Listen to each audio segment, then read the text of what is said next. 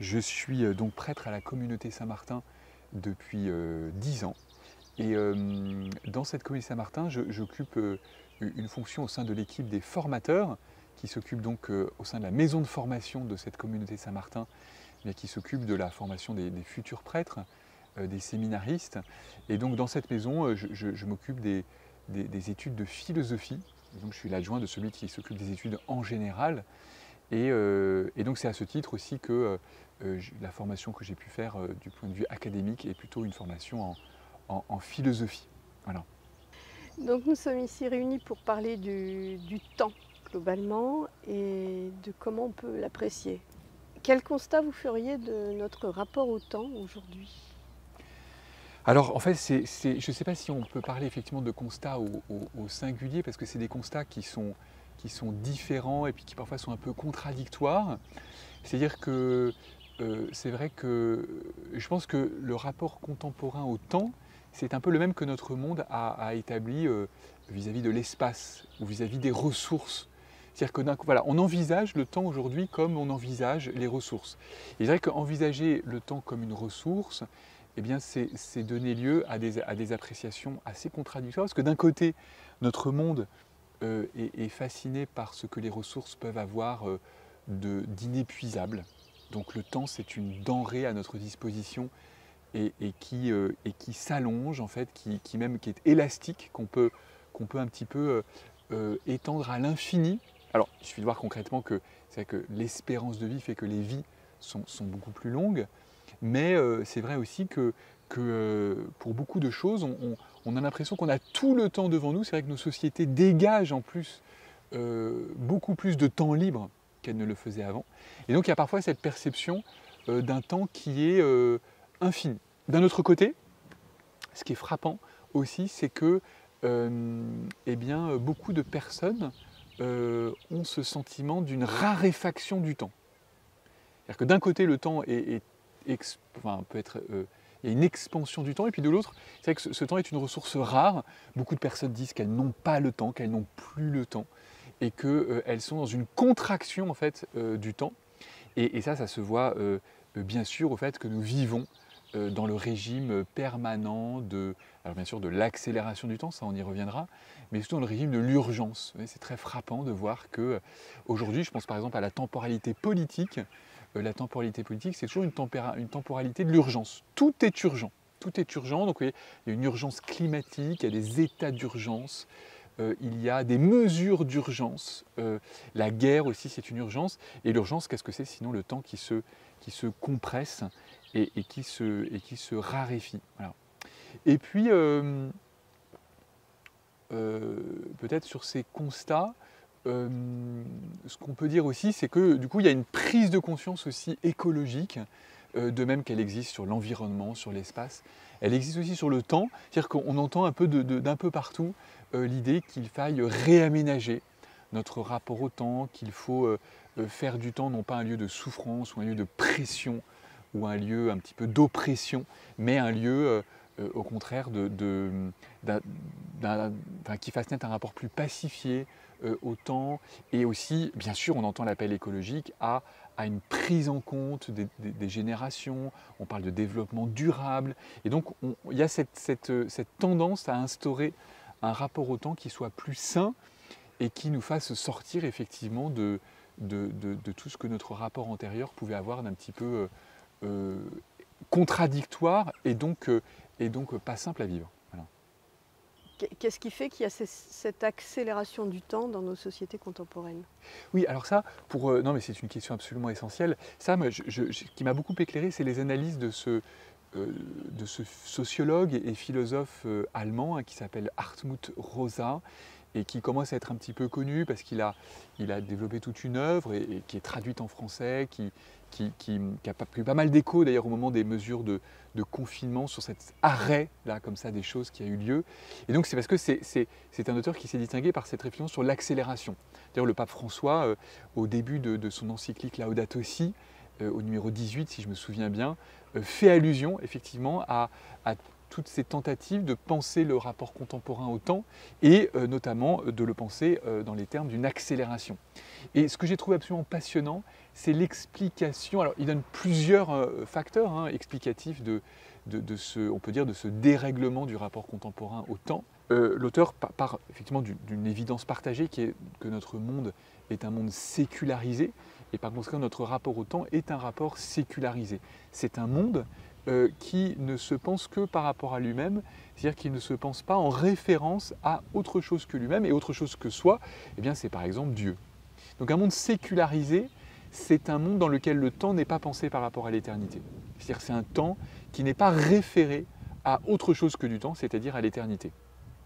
Qu'advient-il dans un monde sécularisé, dans un temps sécularisé? Eh bien, par conséquent, puisque l'humanité n'a plus comme horizon l'éternité, comme elle n'a plus que pour seul horizon le temps, eh bien, évidemment on peut comprendre que ça induise une modification du sens de la vie et du sens de la présence sur cette terre. Cette modification est la suivante, c'est que alors que jusque-là, l'accomplissement du temps c'est l'éternité, eh bien, désormais l'accomplissement du temps doit se faire dans le monde, dans le temps. Et nécessairement, ça induit une vision de l'existence où le but de la vie, c'est d'avoir le plus possible d'expériences positives à l'intérieur du temps. Donc nécessairement, ça amène cette vision, mais qui est très partagée, c'est quel est le sens de la vie? Eh bien, le sens de la vie, c'est que la vie soit le réceptacle ou le contenant du plus possible d'expériences positives du temps, que ce soit un usage du temps qui soit synonyme de bonheur. Or, le problème de cette vision, c'est que quand on a une expérience, deux expériences, on souhaite en avoir le plus possible. Et par conséquent, appartient à cette vision du temps aussi la multiplication des expériences et aussi la multiplication des possibilités d'expérience. Et donc, nécessairement, ça induit le fait que si ces expériences-là, je peux les comprimer dans le temps pour en avoir plus, eh bien, je vais le faire. Donc ça va nécessairement engendrer une accélération. Une accélération puisque je souhaite avoir le plus possible d'expérience dans un temps qui reste tout de même fini. Voilà.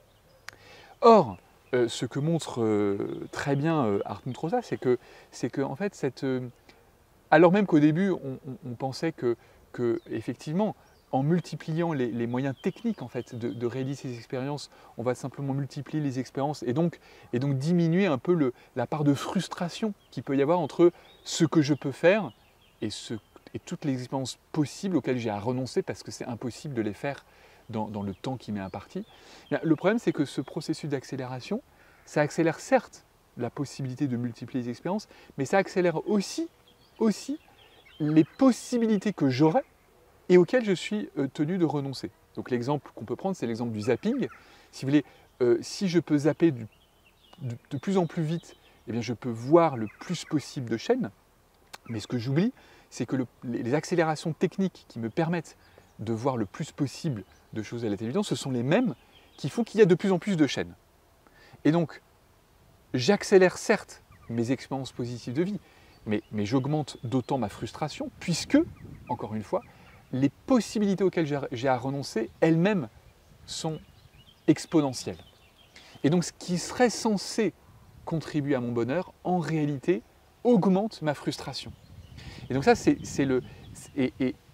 une spirale un petit peu infernale, et qui fait qu'on aboutit à la contradiction suivante, c'est que des personnes ont le sentiment d'avoir un temps de plus en plus libre, mais comme elles souhaitent en profiter le plus possible, eh bien ça crée une urgence, ou en tout cas une pression temporelle qui rend ce qui normalement devrait être source de bonheur, qui rend en fait ces sources potentielles de bonheur, qui en font en fait des sources aussi d'oppression, parce que de pression.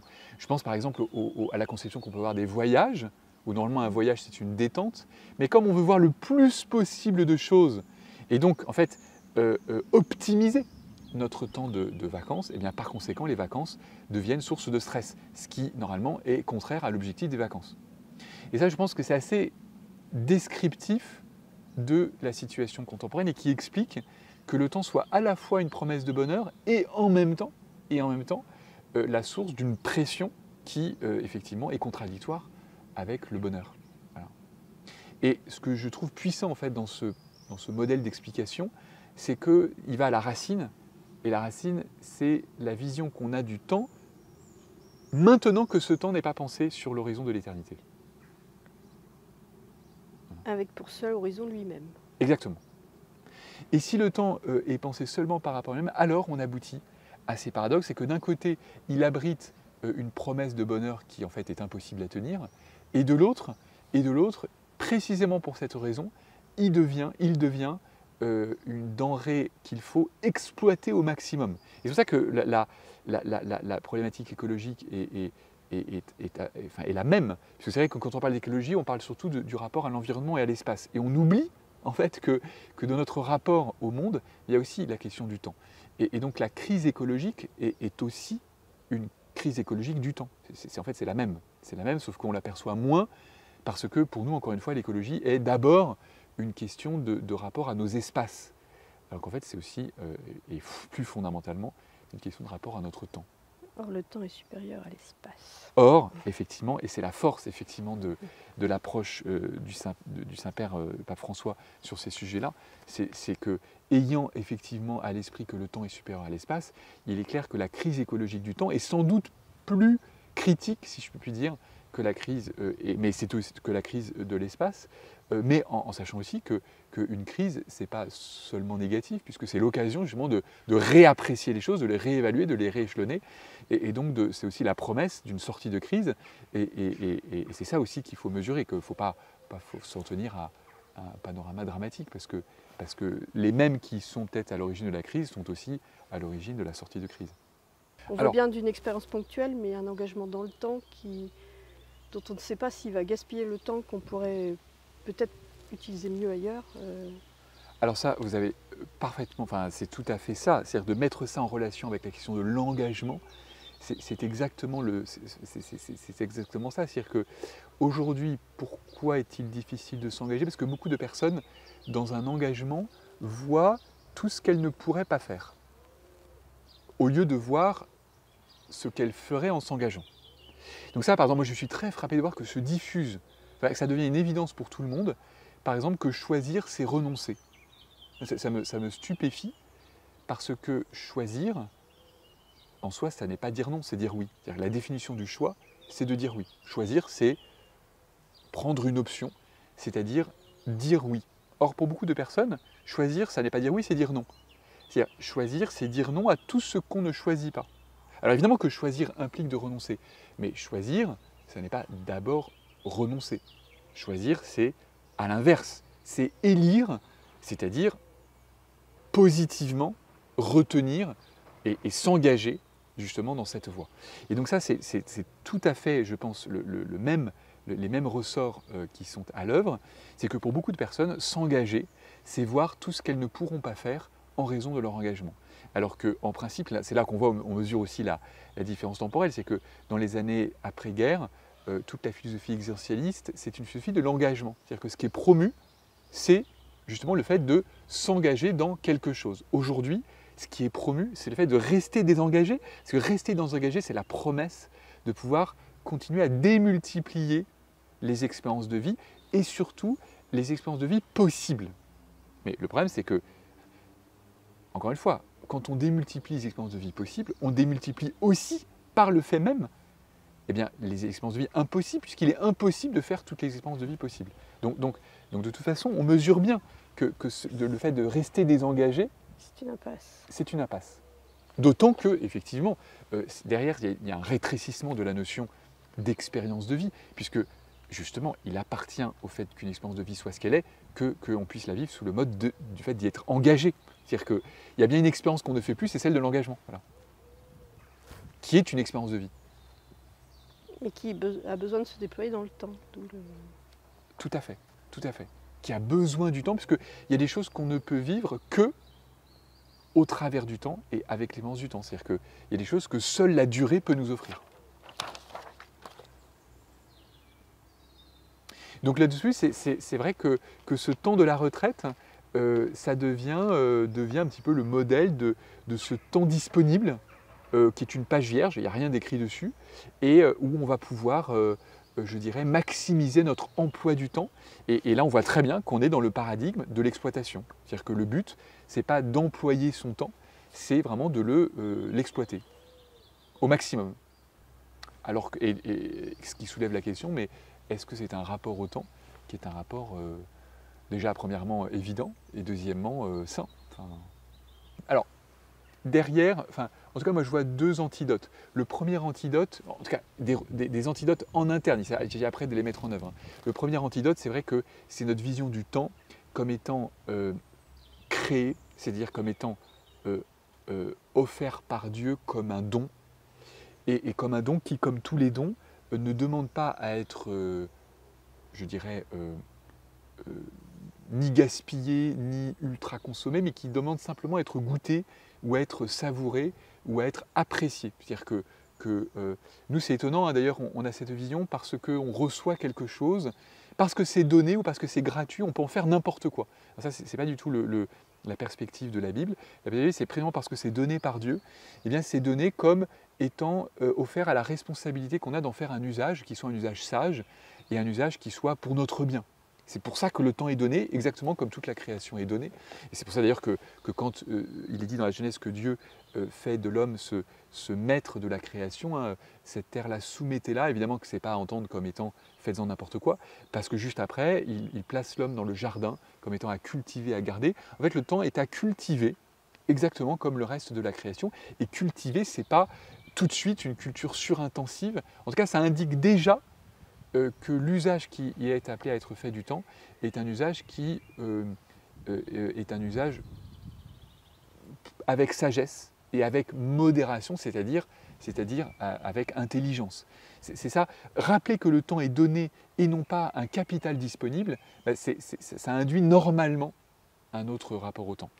La deuxième chose, moi, qui me frappe, et c'est très lié, c'est vrai qu'aujourd'hui, c'est un peu le propre de l'époque postmoderne. Le propre de l'époque postmoderne, c'est que les choses n'ont pas de consistance par elles-mêmes, mais c'est à nous de leur en donner. Donc vous voyez, c'est toute la diffusion de tout ce vocabulaire qu'on connaît très bien, où il faut qu'on donne un sens à tout, comme si les choses n'avaient pas déjà de sens. Donc par exemple, il faut donner un sens à sa vie, sous-entendu, la vie n'a pas de sens, donc c'est à nous de lui en donner un. Donc ça vaut pour tout. Les choses n'ont pas de sens et de consistance, donc c'est à nous de leur en donner. Et ça a une conséquence immédiate, c'est que ça fait envisager sa vie comme une succession en fait, de choses à faire ou de performances à réaliser. D'ailleurs, le triomphe du paradigme sportif en est le signe, c'est que on ne se réalise que quand on fait des choses, quand on multiplie encore une fois des performances, des réalisations. Parce qu'encore une fois, comme les choses n'ont pas de consistance par elles-mêmes, si ce n'est pas moi qui fais monter les choses en sauce, il n'y aura pas de... Les choses n'auront pas de sens. Donc là, or l'Église a à sa ressource le fait que les réalités ont une consistance du fait qu'elles sont créées par Dieu. Et donc ça veut dire que me réaliser, ça n'est pas démultiplier les performances, c'est m'accomplir dans mon être. Or, on le sait bien que l'accomplissement implique le temps. C'est-à-dire qu'on n'est pas dans un happening, on est dans un déploiement qui inclut le temps. Et donc par définition, par exemple, je ne peux pas être grand-parent si je me dis, dans ma vie, je souhaite que je puisse vivre cela, nécessairement devenir grand-parent, ça implique le temps. C'est-à-dire que le temps n'est pas un facteur dont je puisse faire l'économie. Je ne peux pas le court-circuiter. Et ce n'est pas non plus une contrainte. Ça appartient comme ça à certains processus. Par exemple, je ne peux pas vivre la fidélité si je n'inclus pas l'élément du temps.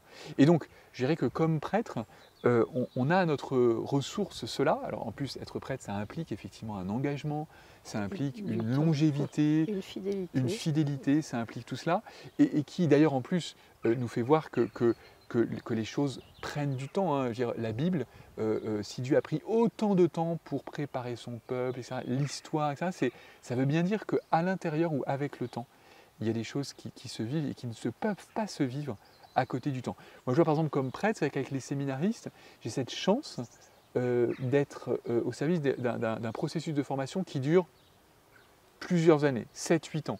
Quand on raconte ça de l'extérieur, les gens ouvrent des yeux écarquillés et se disent mais enfin il faut pas autant de temps pour que quelqu'un soit formé à être prêtre. Après tout, formé à être prêtre, apprendre à dire la messe, ça peut se faire en une journée. Oui, mais en fait, c'est que nous sommes sur des processus de temps long. Et donc, moi, comme prêtre, je vois bien, quand on accompagne des personnes, qu'il y a des processus qui ne se font que avec et dans le temps. Et donc, l'idée de faire « Ah, mais comment est-ce qu'on pourrait accélérer ça ?» n'a aucun sens. Elle n'a aucun sens. Elle est dépourvue de sens. Et donc, ça nous rappelle effectivement qu'il y a des réalités de foi, des réalités de vie chrétienne qui par définition, impliquent le temps. Et donc ça, je trouve, c'est très bénéfique d'avoir ce contrepoids à... bon, après, ça n'exclut pas du tout que certains aspects de la vie, heureusement d'ailleurs, méritent d'être accélérés. Et c'est très bien s'ils le sont. Mais en revanche, ce n'est pas la vie en elle-même. C'est peut-être certaines séquences, certains aspects. C'est très heureux qu'on puisse mettre moins de temps pour faire ceci ou cela. Mais en tout cas, ça n'est pas la vie dans son intégralité. Donc moi je pense que le pape François, en rappelant à toute l'Église, avec Laudato Si, la pratique écologique, a rappelé d'abord à l'Église elle-même que la première écologie à pratiquer, c'est celle du temps et qui vaut d'abord pour tous les membres de l'Église et pour les prêtres en particulier, qui sont beaucoup plus gagnés. Nous sommes beaucoup plus gagnés qu'on l'imagine par cette vision des choses, où une vie réussie, c'est une vie qui a eu le plus possible de performance. Et là, si on est dans ce modèle-là, alors c'est sûr qu'on ne sort pas de la tyrannie de l'accélération du temps. Si par consommation, on entend consumérisme, c'est-à-dire le sens des choses, c'est de les faire disparaître, parce que c'est à consommer, c'est faire disparaître. Et donc avec le terme le rejet. Mais on peut aussi adopter un autre sens de la consommation, qui est le sens, je dirais, premier, où je dirais, à l'occasion d'un repas, on consomme quelque chose, et je ne vois pas où est le problème. C'est-à-dire que en soi, consommer n'est pas négatif, puisqu'il y a certains processus qui, de toute façon, passent par une consommation. Et je ne vois pas pourquoi il faudrait se passer de cette consommation. Alors, c'est peut-être jouer sur les mots, mais le Christ dans l'Évangile dit à la fin de sa vie « tout est accompli ». Dans le latin qui traduit cela, c'est « tout est consommé », c'est-à-dire tout est achevé. Donc, il y a des processus qui demandent à être achevés, à être consommés, au sens où ce n'est pas de soi un problème. En revanche, c'est sûr que quand ce modèle-là est appliqué à tout, et quand surtout cette consommation est vécue de manière consumériste, c'est-à-dire comme justement là aussi quelque chose qu'il faut absolument faire le plus vite possible et pour pouvoir passer à la suite, alors là il y a un problème. Et donc, moi ce que je dirais, c'est qu'il faut passer de l'exploitation du temps à l'usage du temps. C'est-à-dire que le temps est donné à notre usage. Et donc la sagesse de la vie, c'est la sagesse du bon usage. Du bon usage. Et un usage, ce n'est pas nécessairement, encore une fois, une exploitation ou une consommation. Parce que par exemple, user d'une chose, ce n'est pas nécessairement la consommer, encore une fois. Ça peut être simplement, voilà, pour qu'elle puisse servir après. Enfin, tout usage n'est pas une consommation. On use du panorama, mais il va rester après nous. Exactement, exactement. Le problème, c'est quand il y a un usage des choses qui fasse que cet usage ensuite n'est plus possible pour ceux qui viennent après. Donc je dirais que le temps est fait simplement pour être usé. Enfin, et c'est pas. Or cette sagesse-là, elle n'est pas si simple dans le monde actuel. Mais ce serait dommage que notre foi ne soit pas ce qui nous permettrait un trésor pour retrouver un usage sain, quoi, et équilibré. Oui. Alors je repense au temps du malade, ou de celui qui est immobilisé, ou au temps du vieillard. Est-ce que c'est un temps inutile ? Alors là-dessus, c'est frappant, hein, parce que c'est vrai qu'on le dit, hein, aujourd'hui, on n'a pas peur de la fin de la vie, mais de la fin de vie. C'est-à-dire que c'est ça qui nous fait peur. Et ce temps-là est un temps qu'on cherche à bannir. Alors, j'en parle d'autant plus sereinement que je n'y suis pas personnellement confronté. Donc, ni malade ni vieillard. Voilà, voilà, c'est une chance. Mais ce qui est sûr, c'est que je pense qu'on sous-estime tout ce qui peut se passer durant ce temps-là. En fait, ce qui me frappe, c'est le contraste entre, d'un côté, une mentalité collective qui cherche à abréger le plus possible ce temps-là et à, je dirais, à en faire l'économie, puisque en fait, il est décrété comme n'ayant pas de sens. Et d'autre part, tout un ensemble de processus, tout un ensemble de recherches en éthique médicale ou en médecine qui met au jour, à l'inverse, le fait que durant ces temps-là qui apparemment sont des temps morts ou des temps inutiles, il se passe beaucoup de choses. Notamment, on le voit très bien dans la fin de vie, il y a beaucoup de choses qui peuvent se passer humainement, hein, et spirituellement aussi, et même, je dirais, du point de vue corporel, il y a beaucoup de choses qui peuvent se passer durant ce temps-là. Et donc, je me dis, qui sommes-nous pour décréter de l'extérieur que certains temps de vie ou certaines séquences de vie auraient plus de sens que d'autres? Là aussi, c'est parce qu'en fait, on est très marqué par l'identification du sens à la performance ou je dirais, à l'exploitation. Non.